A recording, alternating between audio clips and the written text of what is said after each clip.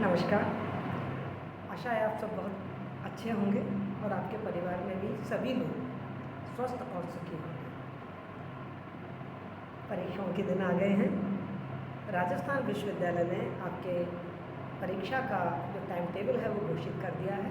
10 अगस्त को आपका हिंदी का पेपर है। फर्स्ट और सेकंड दोनों पेपर एक ही दिन में होंगे और 1.5 घंटे के होंगे।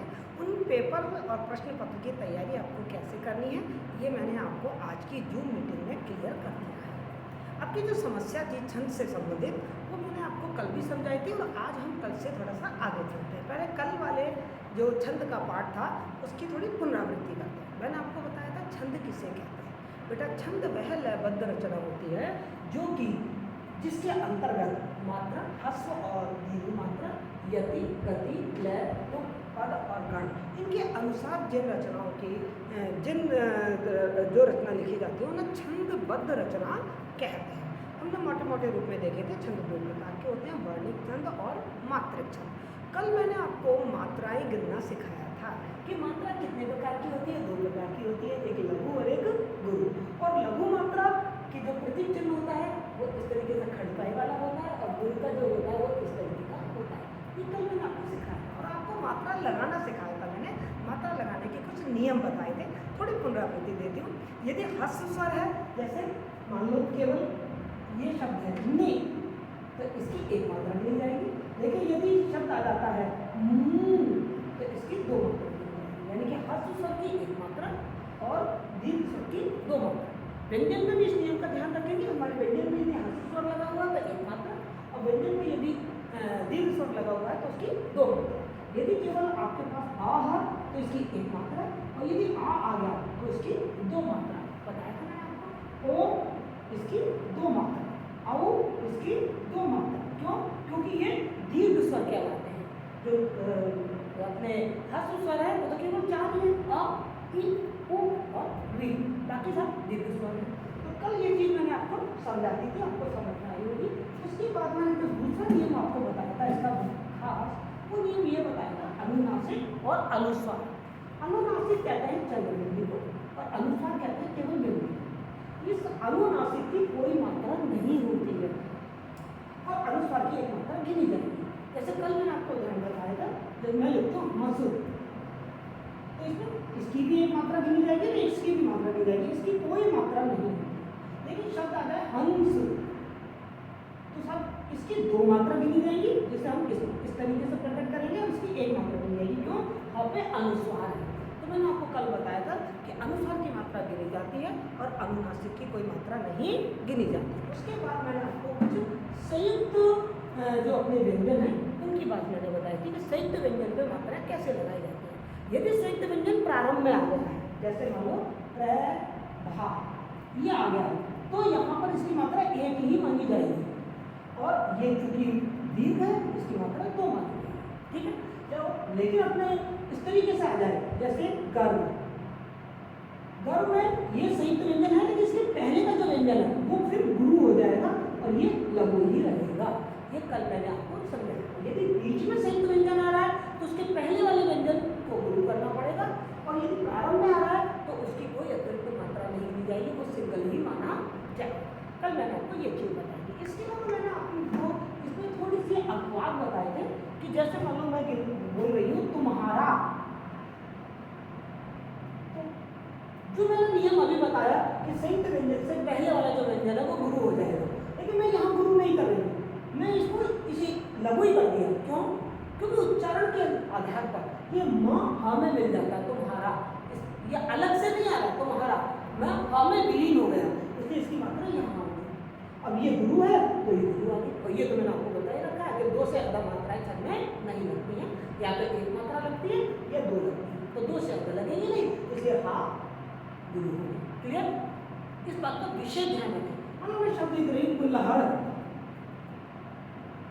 अब तो इसकी मात्रा में या पू की गुरु कर रही हूँ और इसकी 1 कर रही हूँ, इसकी 1 क्यों? कुल्हड़, ये ल अलग से बोला जा रहा है कुल्हड़, ये ल हमें शामिल नहीं हुआ है, तो ये चूंकि संयुक्त व्यंजन है और संयुक्त व्यंजन से पहले वाला जो व्यंजन है वो गुरु होता है। क्लियर? इतनी बात आपको समझ में आ गई। कल मैंने आपको ये नियम बताए थे मात्राओं की गणना की, आपको ये सब समझ में आया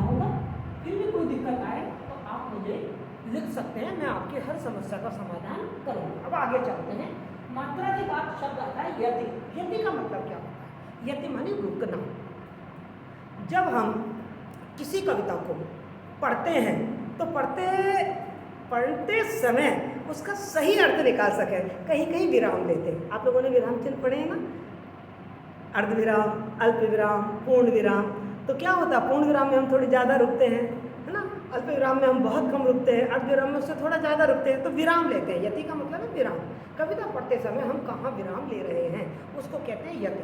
क्योंकि यति के बिना आप सही सही अर्थ नहीं निकाल पाएंगे, विराम चिन्हों के बिना आप सही सही अर्थ नहीं निकाल पाएंगे। तो यति का मतलब है विराम। कहाँ ले रहे हैं? जैसे मान लो मेरी ये कविता लिखी, ये मैं पढ़ती हूँ इसको। मानुष हो तो वही रस खान, मैं रुकी यहाँ पर, मानुष हो तो वही रस खान बसो, है ना, ब्रज गोकुल गांव के द्वार। तो मैं रुकी, वारन के बाद भी रुकी और रसखान के बाद भी रुकी। ये क्या है? यति। इसको कहते हैं यति। तो कविता बोलते समय, कविता पढ़ते समय, कविता गाते समय जब हम जहाँ रुकते हैं उसको कहते हैं हम यति। ये यति ना केवल अर्थ को स्पष्ट करने में सहायक होती है, वरना कविता का सौंदर्य बढ़ाने में भी बहुत महत्वपूर्ण स्थान रखती है और छंद का विधान करने में इसका महत्वपूर्ण योगदान है। तीसरी चीज है गति। गति का मतलब होता है चलते रहना। कविता हम जो पढ़ रहे हैं, यदि मैं बीच बीच में अनावश्यक रूप से रुकूं तो कविता का सौंदर्य खत्म हो जाएगा, कविता का अर्थ भी नहीं है। जैसे मैं करूँ मानुष हो तो ना, मानुष हो तो वही रस खान। ये जो पूरा गति है, ये गति एक साथ आनी चाहिए, इसे कहते हैं गति। और इसी से छंद का विधान सुंदर बनता है। लय, लय का मतलब है संगीतात्मकता। जो कविता होती है वो तुकबंदी वाली होती है, उसमें संगीत होता है, संगीतात्मकता होती है, ध्वनात्मकता होती है। तो जो कविता की जो लय है, जिस लय में उसको गाया जा रहा है ना, उस लय को छंद का एक आवश्यक अंग माना गया है। ऐसे तुक, तुक मतलब होता है कविता के अंत में, जैसे रस खाना, ग्वाराना, गाराना, रस खाना, ये ना इससे क्या कहेंगे? तुकबंदी। ये भी छंद का एक आवश्यक अंग है। पदमानी चरण, हम इसको ऐसे भी मान सकते हैं पंक्ति। हर कविता में कुछ निश्चित पंक्तियां होती हैं, उनको चरण कहते हैं। किसी में 4 भाग होते हैं, किसी के 2 भाग होते हैं। जैसे मान लो मैं दोहा बोल रही हूँ कि साँच बरोबर तप नहीं, झूठ बरोबर पाप, तो साँच बरोबर तप नहीं, मैं रुकी, ये एक चरण हो गया। झूठ बरोबर पाप, मैं रुकी, ये दूसरा चरण हो गया। जाके हृदय साँच है, मैं रुकी, ये तीसरा चरण हो गया। बाके हृदय आप, ये चौथा चरण हो गया। तो इस तरीके से जो आपकी कविता है वो जितने भागों में बटी हुई है, उन भागों को हम चरण कहते हैं। गण, 3 अक्षर के समूह को गण कहते हैं। इसे डिटेल से पढ़ाऊंगी मैं कल। आज अपना इतना सा रखिए कि 3 शब्दों के समूह को हम गण कहते हैं। और आपने पढ़े 8 गण। तो बता दूं, मैंने आपको पहले भी बताया, यमा ताराज भान सलगा एक सूत्र है जिसके आधार पर हम गणों का निर्धारण करते हैं, सीखते हैं और समझते हैं, उसके लक्षण याद कर लेते हैं। इस चीज़ को हम नेक्स्ट क्लास में लेंगे। आज हम चलते हैं कि मात्रा, यति, गति, लय, तुक और पद, ये सब चीज़ मैंने आपको बताई। और आज मैं आपको कविताओं में मात्रा लगाना सिखाऊंगा। और मैंने आपको बताया कि मुख्य रूप से छंद 2 प्रकार के होते हैं, मात्रिक छंद और वर्णिक छंद। तो हम मात्राएं कैसे लगाते हैं और वर्ण कैसे गिनते हैं, कल हमने शब्दों में सीखा था, आज हम इसको पूरी कविता के अंदर सीखेंगे। और कल मैंने आपको एक बात कही थी कि यदि आप मात्रा लगाना सीख जाते हैं तो आप छंदों को पहचानना सीख जाएंगे। मैं आज आपको ये जादू करके बताऊंगी कि यदि आपने मात्रा लगाना सीख लिया तो आप किस तरीके से अपने छंदों को पहचान लेंगे। आप याद तो कर लेते हैं कि दोहा छंद, दोहा अर्धमात्रिक छंद है, इसमें 4 चरण होते हैं, इसमें 13 और 11 पे यति होती है ना। आप बोल देंगे कि इसका जो विषम है चरण है, पहला और तीसरा, उसमें 13 मात्राएं होती हैं, और जो उसका समचरण है उसमें 11 मात्राएं होती हैं। अब आपके सामने आपने दूसरा भी पढ़ लिया, सोरठा। सोरठा भी अर्धमात्रिक समछंद है, अर्ध सममात्रिक छंद है, और इसमें भी 4 चरण होते हैं। इसके पहले और तीसरे में 11 मात्राएं होती हैं, और जो दूसरा चौथा होता है उसमें 13 मात्राएं होती हैं। अब आपके एग्जाम में ये प्रश्न आ गया, उदाहरण आ गया, आपसे कहा पहचानिए दोनों में 1 2 3 4 4 चरण, 1 2 3 4 4 चरण, 1 2 3 4 4 चरण। अब हम कैसे पहचाने कि इसमें से कौन सा छंद है, इसमें कौन सा छंद है, इसमें कौन सा छंद है, इसमें कौन सा छंद है। मात्रा गिन लीजिए, क्लियर हो जाएगा। आपने पढ़ रखा है कि सोरठा में होती है 11 13, दोहा में होती है 13-11, चौपाई में होती है आपने देखा 16 मात्राएं होती है, रोला में होती है 24 मात्राएं। आप पढ़ चुके हो इन चीज़ों को, आप इन चीज़ों को पढ़ चुके हो, याद कर चुके हो। अब आप देखिए कैसे पहचानेंगे मात्रा। देखो अपन लगाते हैं, इसमें लगाते हैं, ये देखिए 2 मात्रा लगी, एक एक एक एक, एक मात्रा 2 मात्रा 1 मात्रा, ठीक है, कॉमा आ गया।